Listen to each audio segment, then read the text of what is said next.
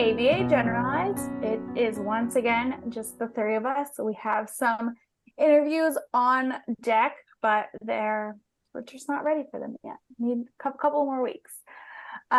So today we're going to talk about preparing to go back to school. Some schools are going back like now, some have a couple more weeks. So just trying to give everyone a bit of information of how to prepare your child. This could be, this is definitely helpful for our clients, but it's also really helpful for any child going back to school. And I guess the moral of this episode is just like prepare, prepare, prepare. So we are going to go through a few strategies of how to prepare your child for the upcoming school year and kind of transition from summer mode back to school mode. So I guess I'll get started with just saying, like, we got to fix up the bedtime and the morning routine. I think that, during summertime, we let kids go to sleep later and we let them sleep in. And, obviously mom and dad want a break. Everyone needs a little bit of freedom and vacation time. So definitely trying to get that back on track of whatever normal bedtime would be for school and whatever normal wake up time would be for school, slowly making that transition if you do have a few weeks. So it's not a shock come the first day of school when it's like whenever the alarm has to go off, now we're back at it. Erica, do you have any strategy to throw in? I mean, I do suggest not changing up anyone's routines as much as possible, especially if you have a child like that, what we work with, the population that we work with in general, trying to keep their routine as consistent as possible, even throughout the summer, because it's hard for us to change routines for our kids. I know that we want to teach them transitions and adjusting and, flexibility, but at the same time, just trying to make sure that, if you are engaging in any sort of routine change, preparing them once again, prepare them as much as possible early on. But I also highly suggest, if you have a kiddo that is struggling with opening their own stuff on their own, their lunch boxes or any containers, or sometimes I've been in schools and they can't rip open their own yogurts or use a utensil appropriately. So personally, I've been working on a lot of those types of goals over the summer, just a lot of self-feeding and trying to be more independent and hope that it generalizes, right? Yeah, I don't know. Anne, do you have anything to add to that? I think if you go back to lunch boxes and if your kids are packing lunches, have them choose a couple options so that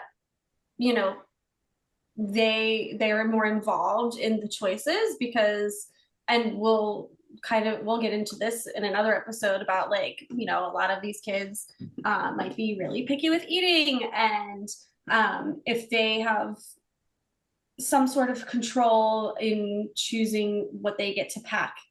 I think that will be helpful, and trying to do that maybe not on the first day, but maybe nighttime, the night before. Yeah, and I definitely just making sure that they are able to open those by themselves. I don't know if the schools where you're supporting Erica, but there aren't many, everywhere's understaffed. So it might be hard to find help, especially if your kid or your client or the student doesn't have that skill yet. So you don't want them, you don't want to add more stress to their day around getting access to their food. And I know, or at least I remember a lot of schools have lunch aids or whatever, but as you said, there might be 2 for an entire grade that's at lunch currently, and that person might not get to you until there's 10 minutes left of lunch, and now you've wasted your whole lunch not being able to open it. So yeah, definitely practicing those opening like as Erica said, like self-care skills, so that, yeah, they might have to ask for help if they really, if something's really stuck or whatever, but, trying to set them up for as much success as possible. Yeah. Yeah, and tying into this is visuals. If your kid is receptive to them, use them in any way, shape, or form. You don't want to make it too overwhelming, but if you have a kid who's receptive to having their morning broken down in pictures or words, if they can read, great. If they use the pictures, great. I've done it for my own kid, where I've done a nighttime and a morning time routine just to help, with that independence piece, and like, what should you be doing right now? Let's go. Like, everyone's in a rush in the morning. You try to make it easier for your whole family to get out the door on time. And practicing this before school, before school starts. I feel like a visual, can you like give examples of what could be on a visual schedule for like morning routine? Yeah, I mean, so it's going to look different for everybody, but you could have, eat breakfast, brush your teeth, get dressed, get your backpack. You can make, if they ride a school bus, get on the bus, go to school. And then you can either make like little check boxes. You could have it like, you could laminate it and use a marker to check off or cross it off, or you can make little icons with like check boxes and put them, or you can move the icons over when they're finished. So it's just like another visual cue of like, oh, I did that. I only have 2 more things left to do. And, depending on the age, you might just have like 2 or 3 things on there. And then you can add more as they get older. So it really just depends on how receptive your kid is going to be to it, and like how much they really understand it. And it's not going to work for everybody, but I mean, it's not going to hurt. And as you said, it's like kind of like it's adding that independent piece in. Like if, if you can just as a parent go check, all right, they said they already brushed their teeth. They said that, they already got dressed and had breakfast. Like you can then take over on as like a parent on your side of the schedule. All right, now, we're going to go walk to the bus stop and whatever. I also think that visuals then goes into like even a social story.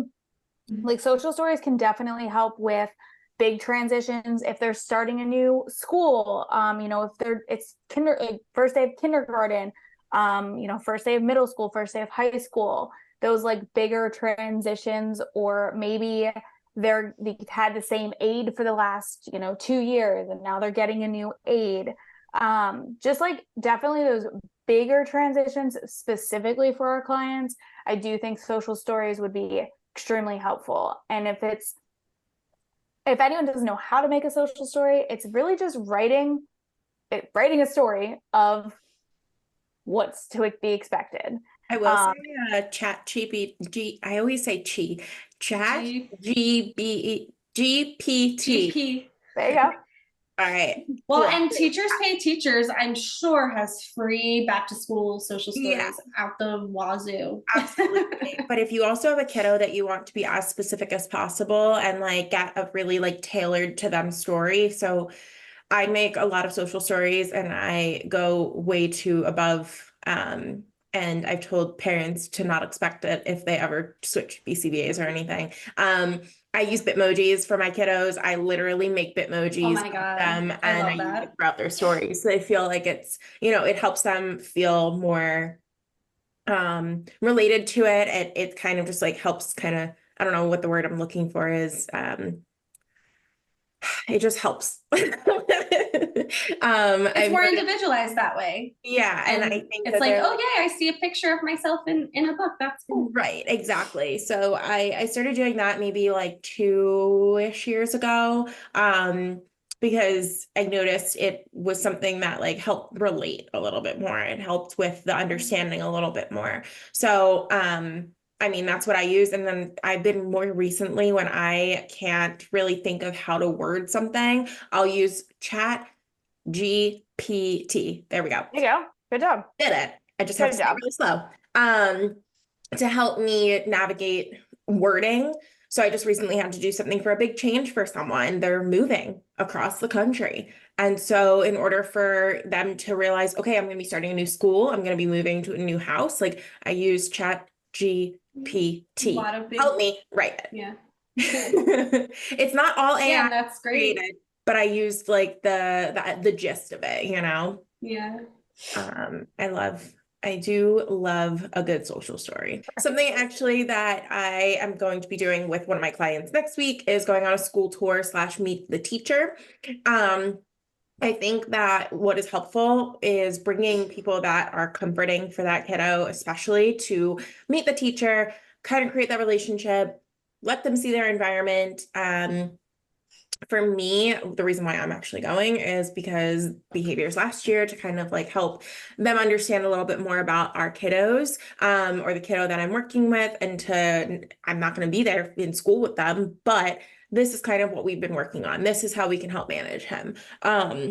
So meet the teacher, go through that type of stuff, try and make the child feel as comfortable as possible in that environment before they are with all their peers. So we even have a specific time slot without any of the other kiddos coming. No other That's parents. awesome. It's just like an individualized, just us meeting. So I think that's gonna be super helpful for them.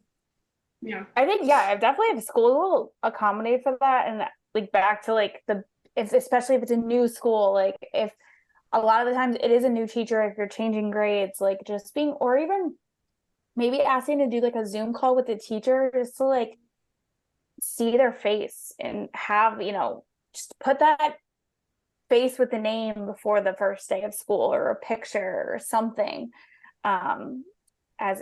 As we've been saying, like just prepare anything to give our kiddos or any kiddo just a heads up of what to expect when they're walking through the door on the first day. What does my teacher even look like? Especially if they don't know that teacher, or if it's a new teacher or whatever. Definitely helpful for that. Right. It's your turn. Stop typing. It is my turn. Yeah, so we covered, what to do before school starts, what to do like all the way up to the first day. And so now thinking of the big days here, and you could even do this beforehand, remind them who will pick them up or who will be at the house when they arrive home. So just, just being, like I said this earlier, be 10 steps ahead. Always think like who's bringing them to school. Like have the plan. Usually as parents, we have the plan in our head, and sometimes we forget to say it out loud.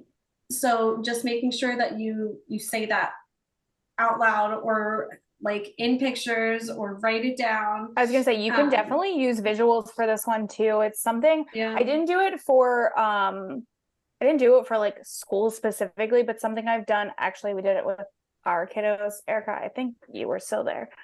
They had a calendar, like a whiteboard calendar that they had got from like TJ Maxx or Marshalls or one of those stores.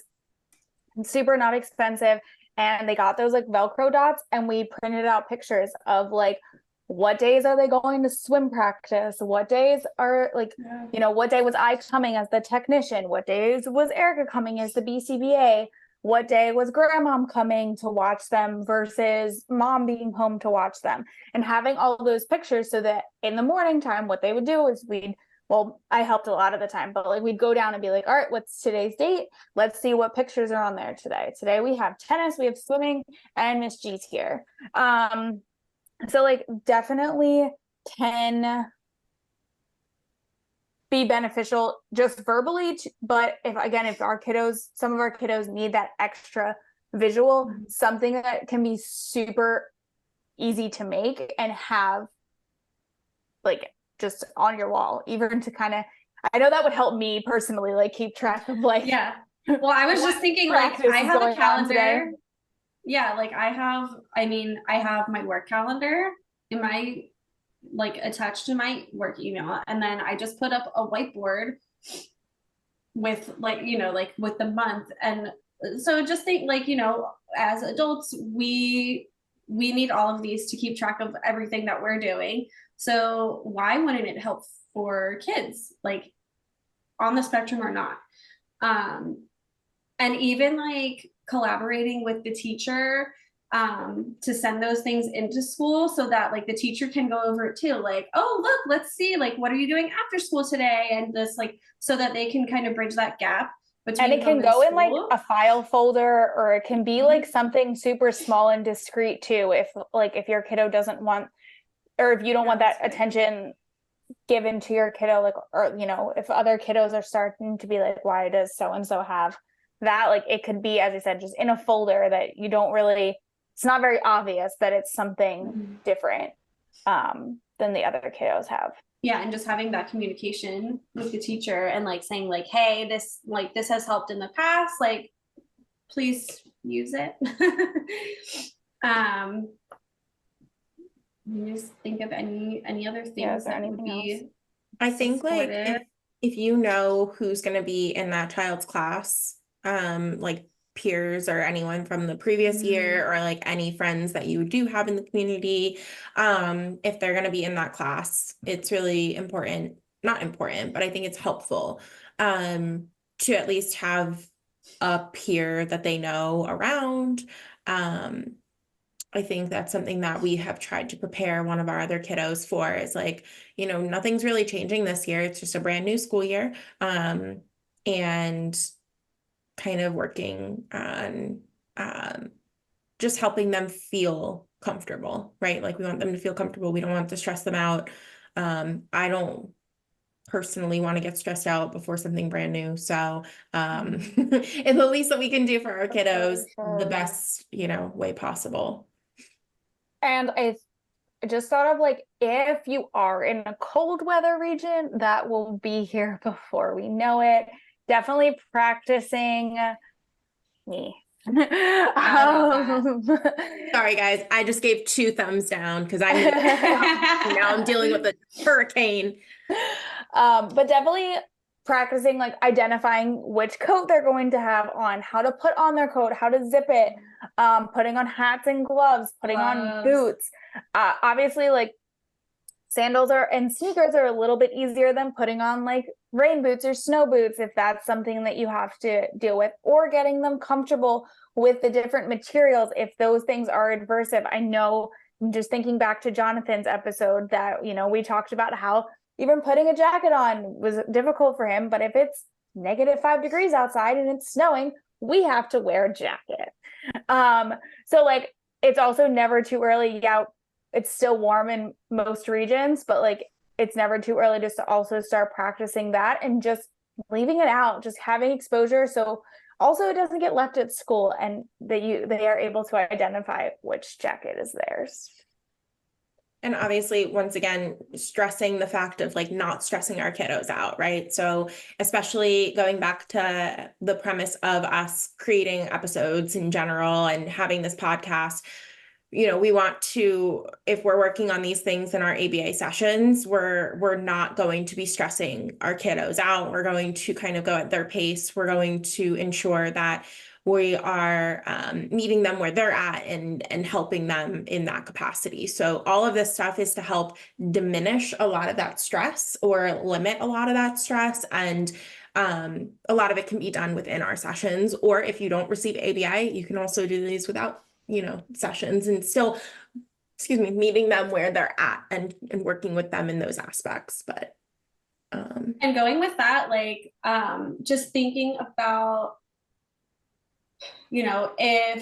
if transitions are really hard, and like, don't expect for all of these things, all of these strategies, if you have all these strategies that are put in place, don't expect any challenging behaviors. Like, they're still going to happen, but now you can prepare for it. So then if they still do happen, when they still do happen, working through that with them too. Like, it's okay to be nervous. It's okay to be afraid. I'm going to miss you. You know, we're still going to see you after school, and just kind of validating those feelings, and just like going over their coping skills, you know, if they have any in their repertoire, and like practicing them before they need to use it, just so that they're better prepared.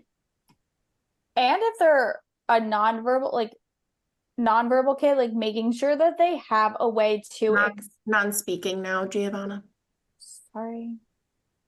They are a non-speaking child, that they have a way to communicate those feelings. Like, if, as we just talked about in our last episode, is it PECS? Is it AAC? Is it just like a color chart, so that, you know, if they are upset, that they can identify how they are feeling in that moment? Because as you just said, like, they're gonna have feelings, they're gonna have behaviors like this. A lot of this is new for them. You know, give them the resources to express how they are feeling. Agreed. And do you want to talk about the poll that you want to put on Instagram? What are you guys typing? Yeah. Stop. We're all typing. Everybody. There's so much typing going on. If you're new to listening to us, we also, as we run on our episodes, we have a Google Doc up, and we'll type little love notes to each other. Is that what you're calling them? Is that what you're calling them? Yes. All right, go on to this poll. Well, so after or should we do it before? We're gonna release a poll on what has helped your child, whether they receive ABA or not, whether they have autism or not, just in general, what has helped your child, or what has helped you, that, you know, when you would go to school, what helped you prepare for that big transition? Please let us know. We'll post it today, and then we'll post another one after the episode. Kind of do like a before and after poll. Sounds lovely. All right, I'll wrap her up. And alrighty. Well, before I wrap up, just want to remind all of you who are listening that we will be going on a break in September. We're going to revamp a few things and just make this podcast better for you.